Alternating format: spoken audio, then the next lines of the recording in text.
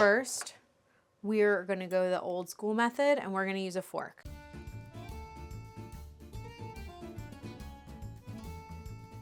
Hi guys, I'm Katie. Welcome to my pasta series. So today we're gonna make semolina pasta dough and I'm gonna show you how to roll it and cut it by hand, and then we're gonna form it with a variation of tools. So the flour that I use for my semolina pasta is an extra fine flour. You can find this flour on my Amazon shop, or any Italian market should have it. So this is specific for pasta making, and it's just gonna produce a lighter, fluffier pasta. All right, we are using 2 cups of extra fine semolina. So the moisture that is in semolina pasta is just water. So this pasta is vegan friendly. All right, so we are pouring in 200 milliliters of warm water, and we're gonna keep our flour out because we are probably going to add more flour as we need it. So with a fork, we are going to slowly and carefully add our flour into the center of our well. So you're gonna pull that flour in just a little bit at a time, and it's going to start resembling like a pancake batter. And once it gets thick enough, then you'll be able to just bring that flour in and you won't have to worry about the water escaping your well.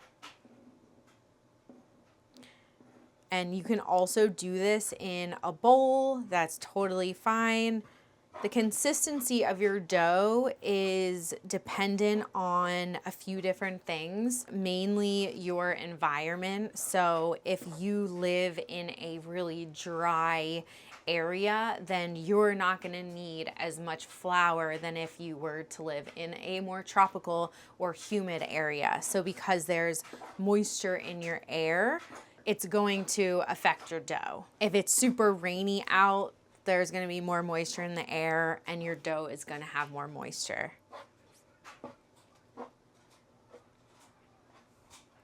So I'm basically just breaking this up, incorporating that flour into that water, and your dough or mixture is going to get kind of flaky and it might look a little dry, but it is not going to be dry. We probably are going to have to add more flour, and we shall see. So at this point, when my dough is looking kind of like flaky and just lots of little bits, I do like to use a bench scraper if you have one. So I highly recommend getting this really useful tool. So it's just really useful for pasta making and baking, cooking in general. It's really helpful also in the initial kneading. So at this point, when your dough is super crumbly, you can use your bench scraper to start that kneading. So now, if I didn't have this bench scraper, I would just start it with my hands, and I would just kind of smush that dough together until it kind of comes into one solid piece.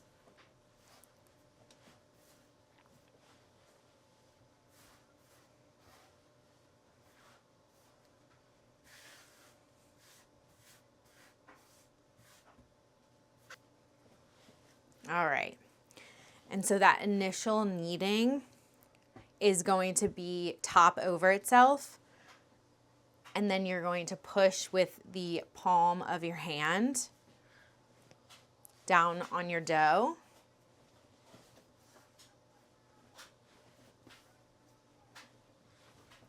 So this kneading method goes on for 5 to 7 minutes, and it is to get your gluten in your dough activated, and that's what allows that flexibility and pliability and stretch and bounciness that you want in your pasta.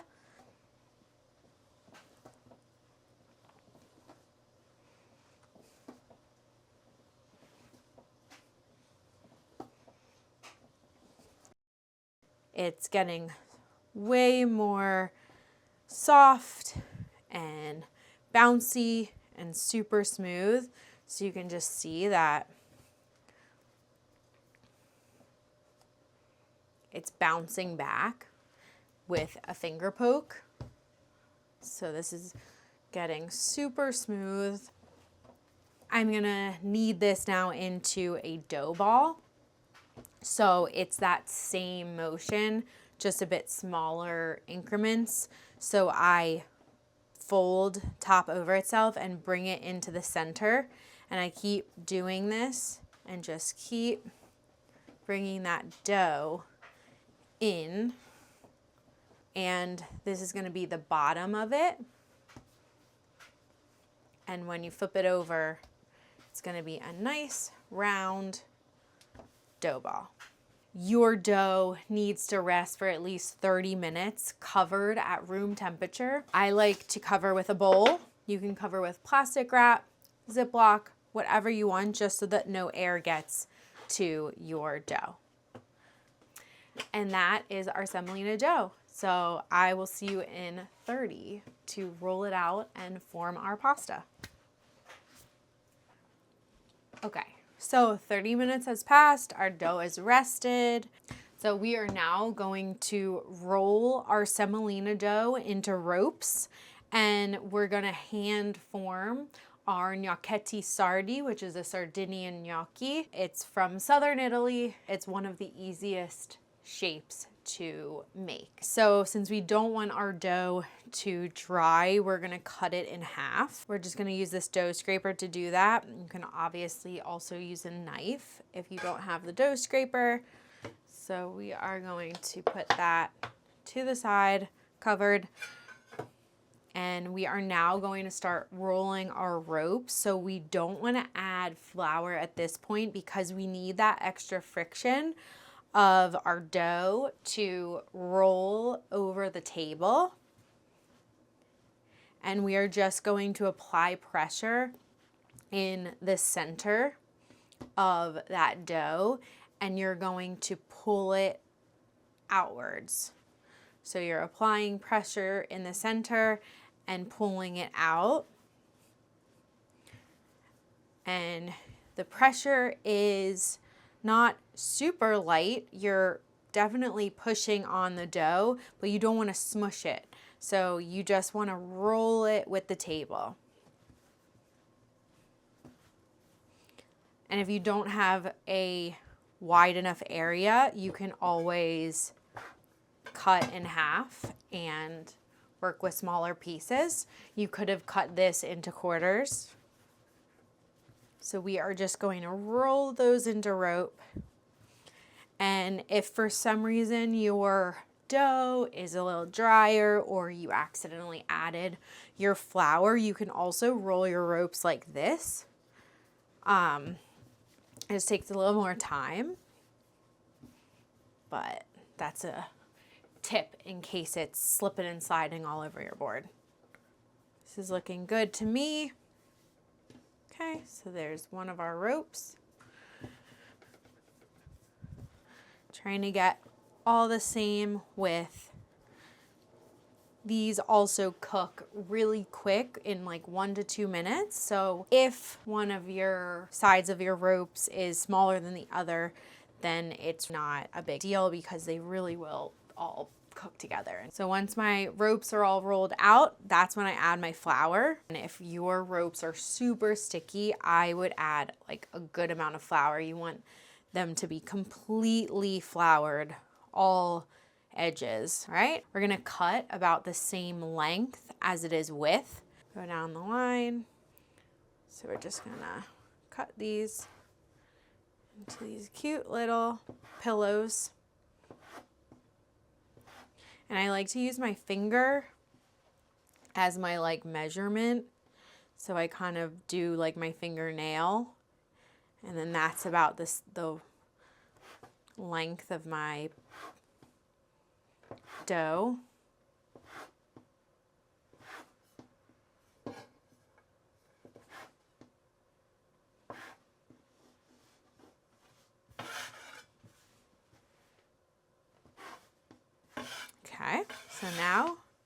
we've got these cute little pillows of dough, and at this point, they're not that sticky, but I'm still going to toss some flour on them. If they were, again, super sticky, you can just flour them again and even toss them with the bench scraper. It makes it a lot easier.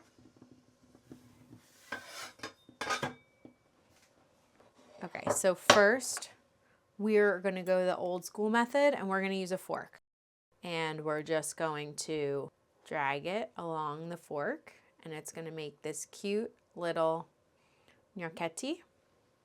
And you're just going to drag it with your thumb, and you're almost going to roll it. And they're going to make these cute little guys. You can also do the other side of the fork if it's easier. And just drag it. They're going to make these cute little guys. So now we are going to use a gnocchi board. So same method. You're just going to drag it, applying pressure with your thumb, and let it roll. And it's going to make this cute little pasta. So you are going to just drag it, and it's about a medium amount of pressure, I would say. So you just want to apply a good amount of pressure and make these cute little pasta bundles. All right.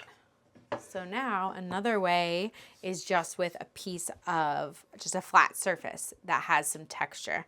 You're going to just apply that same pressure and create this little cavatelli. So you're just going to go like this.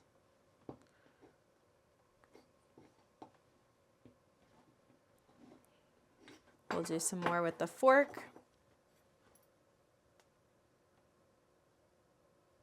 We'll do it like this. So you're just going to, you can go like this. Oops. You're just going to drag it.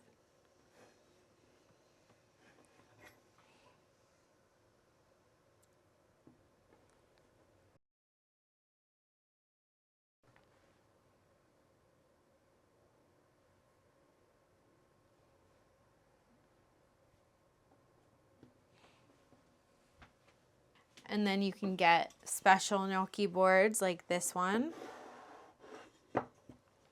with designs to make a fun textured design.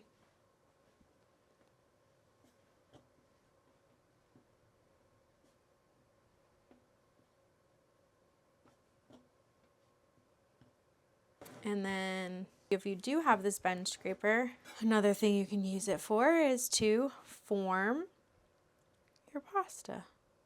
So you just use that instead of your thumb.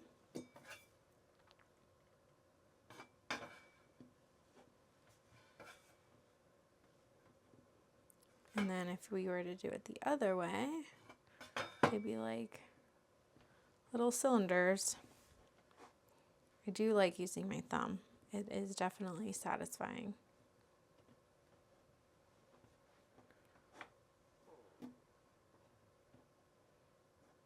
And that is our gnocchetti.